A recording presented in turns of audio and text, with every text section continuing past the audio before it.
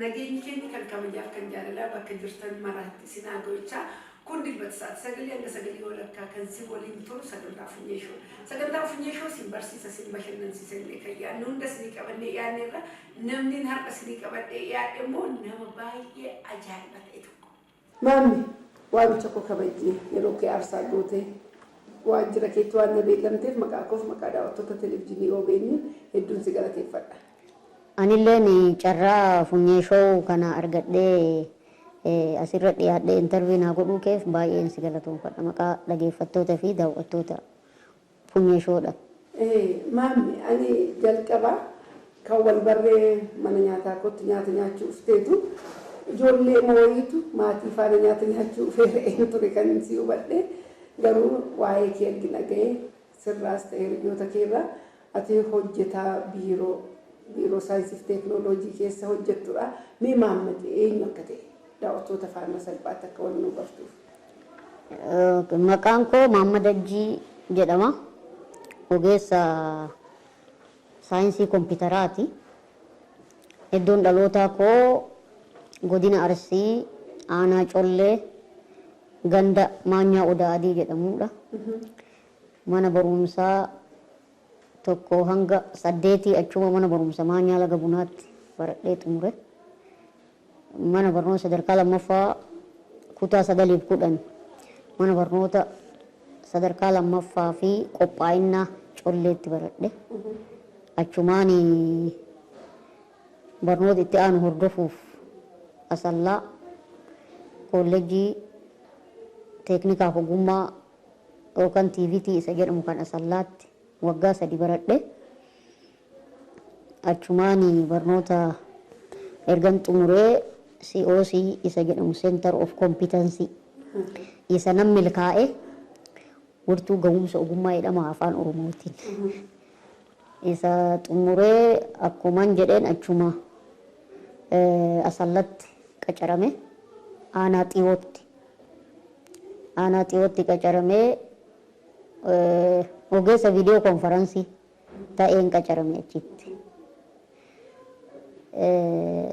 San booda barnoota koo achumaan itti fufee osuma barnoota digirii BSc in Computer Science hordofaa jiru jijjiirraa argadhee gara godina Arsiitti magaaluma Asallaa keessatti ol jijjiirame. Achiin amma immoo bara kana abbaan taayitaa saayinsii fi teeknooloojii Oromiyaa piroojeektii dijitaalaayizeeshin jedhamu irratti na affeere ji'a 4 amma as hojjedhe jechaadha. Maammeen egaa gabaabumatti barumsa kee irraa kaatee hanga har'a geessinitti himteetta ijoollummaa keetti daa'imummaa keetti nama akkamii turte maatii keef ajajamaa turte yoon immoo gabaabaa ta'uu kee kan barte? Ani gabaabaa ta'uu koo yoon dafeen amanne betta nan didee nan dheeradheetuman eegaa ture harmeen toos mucaan koo boruma dheeratee areeda baasee osoo isiin jettu hojii qabadhee biraa ba'ee hin amantu betta. Ani kan hin jedhu garuu har'arra geesseetta kana as gahuuf maatii keessatti naannootti namoonni baay'een keessumaa baadiyyaa keessatti abaarsa rabbii kan fakkaatu jira. Yoo namni qaamni hir'ate yoo alatu yookaan gabaabbatee yoo alatu abaarsa rabbii nama hubatan. Maatiin kee garuu namoota baratee moo akkamiin garuma mana barumsaa geessuu danda'a? Mana barnootaa hiriyoonni koo na biraa seennan nan seene. Maatiin keenya amantii jabeessu betta. Amantii islaamummaa kana jabeessu. Amma san booda manatti quraana kana hin qaraana. Yoo hiriyoonni koo mana barnootaa na biraa seenan ji'a fulbaana jechuudha. Anillee maqaa koo qubaan akkana duraan mallatteessaniimi isa saniin godhu nan mallatteessa akka namni mallatteessutti mallatteessa haga mallattoo baradhu jedheen mataa isaanii xaxeet harkaa seene. Ufumaa sobuuf jechuudha sobeen maatii sobee. Xiqqaa ta'ee kennaan addaa waaqni naa kenne waan natti himame hin dagadhu. Tasuma waan qaaqamu kana hin dagadhu betta. yoo namoota kana maal fa'aa haasa'an jedhan tokko tokkoon irra deebi'een haasa'a. Haasawa isaanii rikardi godhe jecha. Amma san booda mana barnootaa yoon seenu ijoollee kilaasii jirtu keessaa tokkoffaan ba'e. Yennaa ba'u badhaasan argadhe. Maatiin immoo achirratti waamamanii kaammoo hiriyoota koo waliin dhedheeroodha isaanii garuu sadarkaan qabanne maatiin koo itti gammadan amma itti gammadanii itti na dhiisan. Haa baratu. Ani barnoota koo hordofuu ittan fufee baadiyyaatti bettaa jechoota tokko tokko faanaan jedhu akkatti na laalan fa'a nan bo'a aare maa na laalaniif betta xiyyeeffatanii nan bo'a. Osuma jedhu barachaan dhufe dura saayikooloojikaalii natti dhaga'ama. Maaf waaqas nan komadha namas nan komadha. Maaf gabaas. San booda kennaa ta'uu irra ga'e. Dinqisiifattoota hedduu na dinqisiifatu natti dhiyaatu. Yeroo kolleejjii bara dhufeettaa mucattiin takka natti dhiyaatu deemte. Naan akkana duuba milladhu ana duuba jirti bettaa. Fiiginsa tarkaanfiin itti saffise na jala saffiste bettaa nan fiige nan dheesse na ariite nirraa hafuu didde. Manatti na galchite amma yennaan kilaasii darbee seenu mucaa ijoollee dhiiraa lama waliin dhedheeroodha isaan kiraa qabannee jiran. Gabiyyoo kamaa jedhanii fiigee yoo inni bahu mucattiin karra dhaabatte. Maal mucayyoo maa ariitaa inni jennaan in jaaladhee jetteen. Mudannoon kiyya isa kana guyyaa guyyattis imana mudata. Konkolaataa fa'aa keessatti amma waan ammaan laqa qabuun seen beektaa ol fuudhanii fa'aa shamarran babbareedoon kun na dhungatu beektaa allaalee naasan. Ijoollee xinnuma faase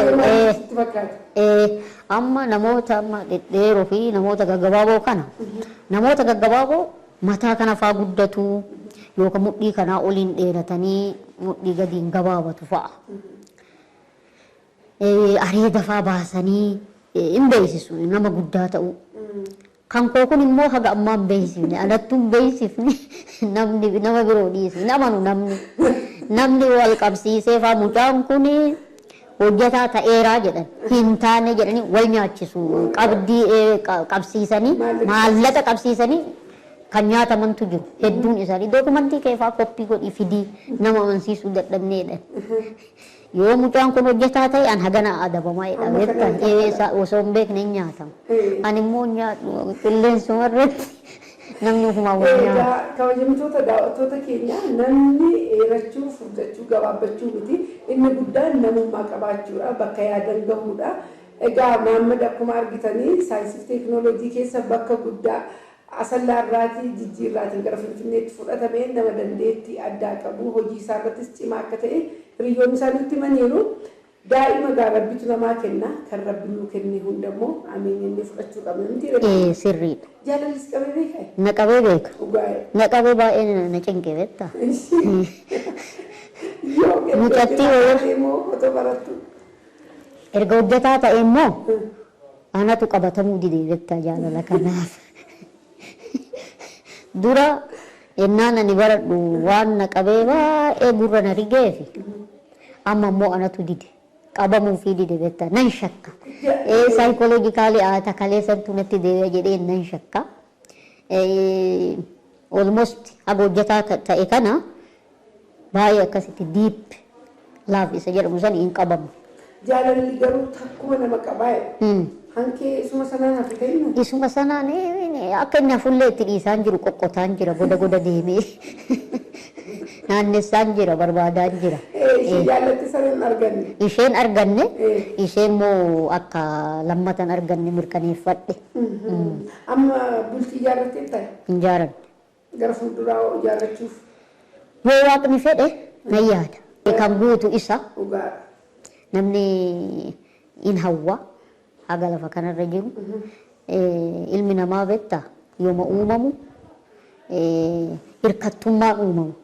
Maal hirkattummaa yoo siin jedhu saala lama yennaa qabaatu namni hirkataa ta'ee uumama. Dhalaanis kophaan jiraattu dhiirris kophaan jiraatu waan nyaannu kanatu. Namni kophaan ta'uu sirriin ta'e rabbumatu uume saniif. anillee jiruu kophaa sanirraa hin baa jedhee yaada abdiin qaba. Egaa guyyaa Rabbii elchi ati irratti akka namaamtu abdii guddaan qaba. Maamni siif namummaan ulaagaan namummaa maali? Ulaagaan namummaa namni dhalatee guddatee hin du'a. Garuu saba ufiitiif biyya ufiitiif nama bu'aa buusee darbe nan dinqisiifadha. Namni kan horiirraa adda bahu ofiisaa qofaaf miti. Namni ofiisaa jiraachuu hin danda'a. Hojii inni hojjetu seenaan inni hojjetu garuu maatiisaaf irra darbee immoo biyyasaaf yoo ta'e namni sun nama guutuu eema malee gabaabinni fi dheerinni ulaagaa namaa madaalu. Maamni gara fuulduraa maal ta'uu hawwitama? Gara fuulduraa barnoota kiyya kanallee itti fufee aga doktora jedhan kana piroofeesara jedhan kanallee deemuu barbaada ogummaa kiyya kana san booda saba koof biyya koof kalaqa addaa wayii uumee darbuu barbaada. Saayinsii teekinooloojii barattes waan ta'eef waan uummanni hojjenne waan addaa uumuu barbaada. Rabbiin akkasii milkeessu abdii guddaan qaba. Amiin. Amma umriin kee meeqa garumaa? Umriin koo amma barana ganna. Rakkoon qabu yoo gaafatan. Kasi dhibu bettaa kiiloon kiyyallee barana 30 seeneera bettaa. 30 gadi ture? 28 gidduu kana naanna'aa ture. Amma umriin kiyya 30 ga'eera. Walitti yoo dabalame 60 teessan san seenuu umrii fi kiiloogiraamni koo. Wal faana 60. Wal faana 60. Umrii maal immoo 60 akka seentu abdii qabna namni gabaabaan dulla'uu baay'ee. In jedhama. In jedhama. Hani siin jedhu. Kiraa manaaf mana kireeffachuu deemte siin kireessu ta'in si diduu na rakkisu. Na rakkisu hiriyoota kuufaa mana kiraa qabachuu ennaa deemnu. Ayi akka ilma isaatti na laalanii ayi nama ijoollee qabuun kenninu daa'ima nu jalaa dhayaafaa jedhu betta. Achitti xinnoo rakkoon hin jira. Danda'eetuman darba. Obseetuma jechuudha. Yoo jecha namootaa kan saayikoon kee miidhame otuma inni hojjechuu baadhee otuma nama faana jiraachuu baadhee itti guyyaa gadditeetu jira. Yeroon gadde yeroo qabsoon Oromoo sirriitti finiinte san xinnoo na dhagahamee ture. Guututtis hin gaddine hoogganaadhaan walitti buune. Walitti buunan ergaa adda addaa Jawaarii dabarsitaa waan dhaaba kenna miidhu dalayita waan jedhu kanaan manaajimentii walitti qabatee hojiirraa na dhaabe. Achi maaliif hamma Abiyyii fi Lammaan hidhamaniif jedhee isaan hin hidhamne gaafa inni muummicha ministeeraa ta'ee filamu kan hojii kootti deebi'e. Egaa maamne dhugaadhaa ati baay'ee nama cimaadha. Nama fakkeenya ala namaaf Oromoo qofaaf miti akkuma addunyaatti illee fakkeenya ta'uu dandeessu. Ati garuu bu'aa bahii hedduu keessa darbite har'a saayinsii fi teekinooloojii biiroo kana fakkaatu keessa namoota meeqa hojjetoota meeqa fakkeenya taate as ga'uun kee ati nama cimaa nama dinqisiifattudha. Egaa si qofaa miti jireenyuma namaa keessa bu'aa bahii jira waan ta'eef kun sitti dhagahamuu qabu. Inni guddaan har'a inni eessa jira amma hoogganaan kee? Aangorrallee ka'eera achuma safara jira. Achuma jira. Ati garuu yaadi bakka ati geesseettu. Uftee Finfinnee seenteetta biiroo guddaa biiroo mootummaa Oromiyaa keessa naannoo Cancalii keessatti hojjetta. Bor immoo addunyaa irratti miidiyaa har'a miidiyaa biyya keessaa miidiyaa uummataa miidiyaa OBN irratti baate gara fuulduraa immoo BBC Aljazeera hojii adda ta'e qabattee yaatte addunyaatti hin beekamta. Kan immoo abdii guddaan qaba. Dandeettii keessa haala keessa kutannoo keessa argeera waan ta'eef uummatatti dhagahamuu qabu. Ati namoota fakkeenya nama taatu. Mee mudannoo addaa waan nu bashannansiisu uummata barsiisa kan jiru. Mudannoon addaa guyyaa guyyaatti na mudata.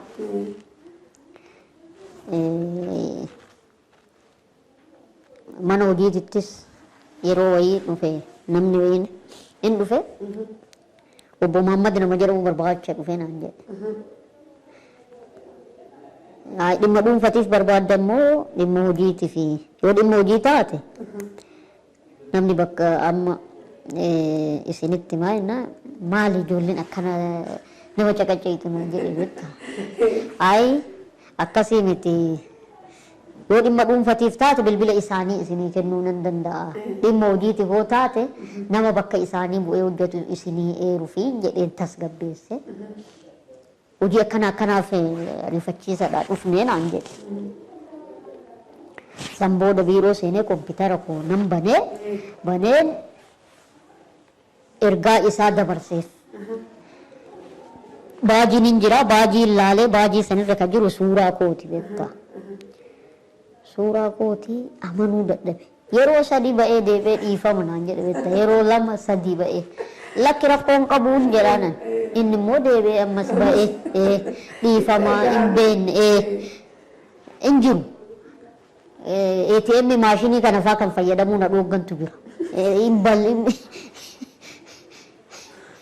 Hin ballaa jedhanii na dhoogga. Lakki namnumti kun karaa deemu. Mini yaa rakkinoo faayee dhugetta maal gochaa jirta maashina hin tuqin. Angaruu soofteerii isa keessa jiru maal akka ta'e nan beeka. Hin qunnama. Maal gootaa fa'aa jirtaa yoo jedhani mee waan an godhaa jiru dhumarra laaltu jedhaan. Maali gurbaan akkana ijeen yookaan afaan irratti dubbiin deemu fa'aa jedhanii gidduma san immoo maashinni lakkaayoo naa kennu yookaan immoo mattaawoqiyaa fa'aa baasee itti kennee argisiisa beektaa. Mattaawoqiyaa mana hojii fa'aa siraamikiin hojjetamee nuu kenname tokko jira achuma arsiitti jechuudha. Isuma fa'aa itti argisiisaa irrifatu. Dhugaadha maammi. Anis jalqaba mana nyaata koo ufteen argee namuma maatii faana ijoollee maatii faana nyaata nyaachuu dhufe malee. Affaanii kee tokko mi'eeffannee beektaa. Yeroo waa argannu achuma dhandheetti. Mana nyaataa fa'a yeroo deemtu kophaa kee yoo ajajattu si ajajamu tarii maallaqa hin qabdu. Yeroo tokko fa'aa durseen kafala osoo nyaanni naan dhufne beektaa. Maallaqa hin qabdu fa'aa yoo jedhan maallaqa baaseen itti argisiisee fa'aa nyaadha. Saniif yeroo hedduu yeroo tokko waliin nyaadha. Garuu namootattis murteessuu hin dandeessu. Hin murteessu. Amma ganama takka maal naan jette beektaa? Mixmixa itti naa godhi jennaan daa'imni mixmixa hin dhufaa.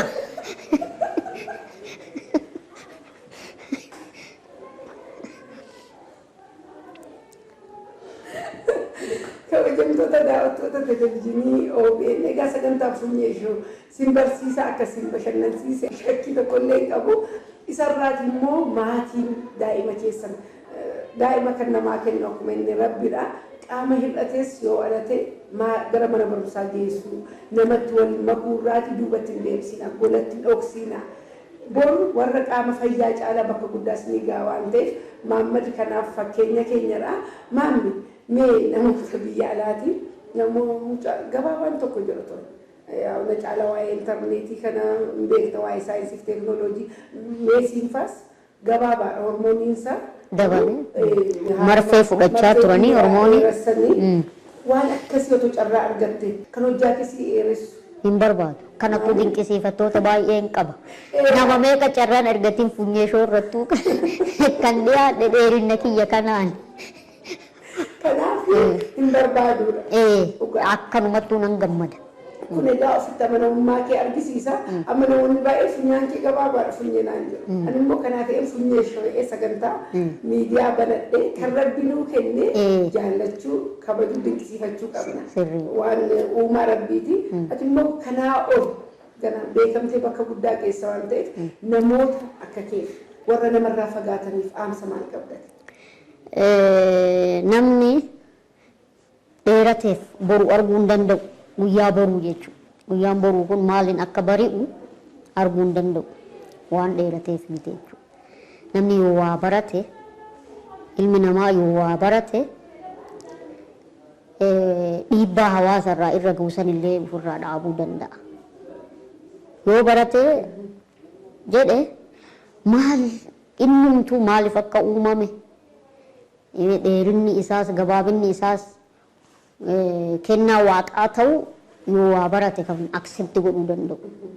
Duraanuu accept hin goone harmeentoos accept hin goone garuu jiddumaan osoo barachaan jiruun intarneet irra waan tokko sarchi godhaan ture hanqina hormoonii akka ta'e akka namoonni immoo carraa aksasii bal'aa qaban yoo barbaadan akka hormooniidhaan dheerachuu danda'an dhaga'ee jennaan an akkanattuu dinqisiifattoota hedduu argadhe warra akka keetii jechuudha. Nan dhiise. Namoonni dheeraan hedduun jiru waanuma isaan hojjetan hojjedha namma. Isa hojjetta garuu isaan caalaa sirraatii waan baradha. Ana qofaa miti uummanni Oromoo warri sagantaa kana ilaalan hundi waa baratu. Mana keessatti daa'ima isaanii oksanii warri jiran jiru. Warri ufumaa immoo abdii kutanii ani hin danda'u. Ani kana gochuu hin danda'u jedhanii immoo warri ofitti himan jiru. Isaaniif barumsa guddaa fakkeenya guddaa waan taatuuf gabaabbachuu keetti itti boonu malee itti boonu malee qaanawwamu. Itti qaanawuu qabu. Amma kanatu naafa. Kana gochuun qaba. Ergaa kanan ama Oromoof kan jettu. Amma ergaanan Oromoof qabu Oromoon haga silaa qabsaamu qabsaa'eera. Garuu amma ikonomiin uf jaaruu qaba. Kana dura diina tajaajilaa turre amma garuu wal tajaajiluu qabna. Maayindi seetii saniin deemuu qabna jechaadha. Ilaalchi keenya kan duraanii wal xalafuudha. Akkuma beekamu diinni kan nurra hojjete. Amma garuu isa san keessaa baanee saba kalee miidhamaa ture kalee saamamaa ture kan ikonomiin jaaruun dirqama. Dirqama gahee dhuunfaa kennattu anis hojii natti kenname yoo seeran hojjedhe namoonni biroos hojii itti kenname yoo seeran hojjetan walitti dabalamee saba kanas ummata biyya kanaas utubuu kan danda'u jechaadha. Namoonni baay'een garuu sammuun isaanii gabaabaadha, hojjaan isaanii dheeraadha, qaamni isaanii guddaadha, bakka gaaris barataniiru, hojii guddaarras jiru, qabeenyas qabu. Garuu sammuun isaanii xinnoodha. Namoonni akkasii yoo maaliin fayyu, maaliin yaalamuu danda'u? Mammaaksa Oromoo maal jedha beektaa? Nama dheeraa yookaan qalbii hanqataa yookaan uffata hanqata fa'aa jedhamudha. Hunda miti. Amma namuma dhedheeroo garmalee dhedheeratan kan uffanni itti ta'uu dide akkas jedhanii hin beektu. Amma isa kunuunsa barbaachisa. Ilma namaatiif namni kun uumamumaan yoo dhalatu amma mee uumama biraa fudhadhu. Uumama biraa yoo fudhanne guyyama dhalate san deema. Ilmi namaa garuu tiriitimantii barbaachisa. Waggaa tokkoof ufiin hin dhaabatu tiriitimantii yookaan kunuunsa haadhaa maatii barbaachisa jechuudha. Akkasuma sammuun namaas kunuunsa barbaada. Namoonni akka amma ati jettee sunis kunuunsi sun yoo irraa hir'ate miidhamu malee yoo kunuunsa san qabaatan parsantiin maayindii namaa yookaan sammuu namaa baay'ee akkasitti wanni maaliif kan sii kaase sirriidha erga ati kaaftee namni diinagdeetiinis ta'e siyaasaan bakka tokko gahuu dura Oromoon gaariidha. Garuu walii keenyaaf gaarummaa hin qabnu. Walii keenyaaf gaarii yaadna. Kun immoo ufumaa namoonni sammuu namaa gaarii akka yaadu. Namni jalqaba gaarii yeroo yaadu ofiisaaf. Namoonni gaarii yaaduu hin dandeenye hin jeequ waajjira keessa jiran amma siqonnameera ta'uu danda'a. Waajjira keessa ta'e jedhanii namoota walitti buusuutiin bakka hojiitii bakka tokko nama walitti wanyaachisuutiin hojii sana irratti namoota irratti dhiibbaa kan geessan jiru. Namoota kan haala kamiin to'atamu? Namoonni kun rakkoo mataa isaanii qabu beektaa. Hin himannillee dhibee ati himatin immoo manni yaalaa siin argu. Namoonni kun rakkoon isaan qaban qorannaadhaan waan rakkoo isaan addatti qabanillee yoo dubbisuu baadhe biizinasii kiyya jedhanii itti seenaniiru. Waa'ee namaa haasa'u namoota yookaan dhimma namaa himu isa kana diinillee itti fayyadameera. Anumaafsi wal shakkisiise akka wal xalafnee wal kuffisu godhaa tureera. Amma san keessaa haa baanudha. San keessaa bishaan yoo guute daayituutu keessaa nama baasa beektaa namni hundi daayituu hin ta'u. Amma isa san keessaa hayyoonni Oromoo baasuu qabu. Barnoota laachuudhaan leenjii adda addaa kennuudhaan namoonni carraa barnoota argatanii iddoo hayyoota laayinii hayyummaa keessa hiriiran itti gaafatamummaa fudhatanii rakkoo san keessaa baasuu qabu. Namni immoo dafee ilaalcha kalee barate san gadi hin furu. والطلفو maaliif qormaata namni gabaa malan gashuu jiru. Akkuma nooyyee takka yookaas nama gabaabaa fixaa lafarraa ittidha. Uuftuurallee isheen uuftuuras malas beekti garuu kanaaf. Tokkichuma hafeetu mala isii kuffise betta. Isa gabaabaa sanattu na hambifadha jedheen. Kanaan ishee galaafate egaa kabajamtoota daawwattoota keenya gaariidha misooma caalu garuu sammuu namaa misoomsuudha. Hamma dandeenye gaarummaa qabaannu namni yoo gaarummaa qabaate yoo sammuu gaarii qabaate malee lamee barreeffamni koo kun maa itti beekta namaaf gaarii gochuu dadhabne hamaa yaaduu qabnu kun jecha kun gaarii olii gochuu dhiisuu dandeenya garuu walirratti hamaa yaaduu qabnu. Oromoo amma kanaan kaakaa jiru hojiin tuffannaa isarratti immoo waa'ee koo odeessuu waa'ee Mahammad odeessuu waa'ee mootummaa siyaasni abbaa qaba. Garuu haala jiruuf jireenya keessa waan si dubbachiisu waan jiruuf malee daldallis hojjetaanis ufeenaan waan hin beekne waa'ee saayinsiif teekinooloojii keessa galee otoo si gorsee wanticha hin beeku waan ta'eef caalaatti nan si mi'a malee sin qajeeshu waan ta'eef hamma dandeenya jira. Keessumaa Oromoo waan baay'ee hojii manaa hedduutu fuuldura keenya jiraata. Beektonni hayyoonni abbootiin amantaa Oromoo gaarii akka ta'u duras gaariidha. Caalaa immoo gaarummaa waliif akka qabaannu namoota biraaf dhiisnee walii keenyaaf gaarummaa haa qabaannu. Aamsa koof aamsa Mahammad kun afeera kana jechuun barbaada kan jettuu jiraata. Paartituu irratti itti fufne wayyu. Oromoon bal'aadha. Hayyuu meeqa jira artistii meeqa daldaloota namoota hedduu jira waan ta'eef torbeetiin immoo namoota biraa irra garuu isaanii carraa kenneera. Miidiyaan hedduu sagantaa kana ilaalee booda miidiyaan hedduun akkas waamee keessummaa si taasifatu abdii guddaan qaba. Galatoom. Egaa maammi nu gaggeessitamoo haala kamiin adda baana? Isin gaggeessa. Yeroo hojii keessa biraa fudhee yeroo kee aarsaa gootee haasaa gabaabaa haasaa bareedaa akkasii waan taasisneef maqaa koof maqaa daawwattoota televezyiinii OBN hedduun si galateeffadha. Anillee maqaa daawwattoota funyeeshootiin si galateeffadha. Ulfaadhu fayyaa ta'e.